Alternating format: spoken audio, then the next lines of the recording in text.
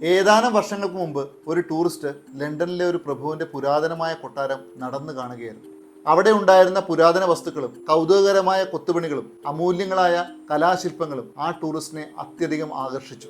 എന്നാൽ ആ കൊട്ടാരത്തിന്റെ ഭിത്തിയിൽ തൂക്കിയിട്ടിരിക്കുന്ന കർട്ടനിൽ വിശേഷിച്ച് ഒന്നും തന്നെ കാണാനായിട്ട് അയാൾക്ക് സാധിച്ചില്ല. അവിടെ നിറമുള്ള നൂലുകളുടെ കടുംകെട്ടുകളും മഷി വീണ് പടർന്ന് പല വർണ്ണത്തിലുള്ള പൊട്ടുകളും മാത്രമായിരുന്നു അതിലുണ്ടായിരുന്നത്. ആർക്കും പിടികിട്ടാത്ത മോഡേൺ ആർട്ടായിരിക്കുമെന്ന് അദ്ദേഹം വിചാരിച്ചു. ഗൈഡിന് കാര്യം മനസ്സിലായി. അയാൾ ചോദിച്ചു, താങ്കൾ എന്താണ് നോക്കി നിൽക്കുന്നത്?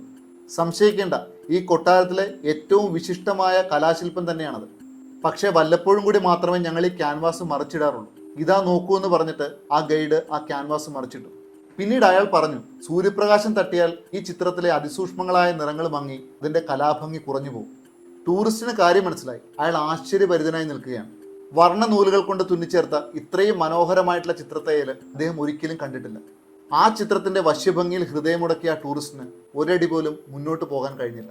ഒരു പഴയ റീഡേഴ്സ് ഡൈജസ്റ്റിൽ പ്രസിദ്ധീകരിച്ച കഥയാണത്. മനുഷ്യജീവിതവുമായിട്ട് ഒരുപാട് സാദൃശ്യമുള്ളതുകൊണ്ടാണ് ഞാൻ ഈ കഥ നിങ്ങളുമായി പങ്കുവയ്ക്കുന്നത്.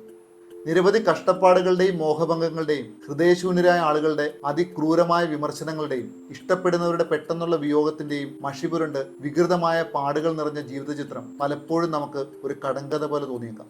ജീവിതത്തിൽ ഒരിക്കലെങ്കിലും നമ്മൾ സ്വയം ചോദിച്ചിട്ടുണ്ടാവും, ആരാണ് ഇതിൻ്റെ ഡിസൈനർ?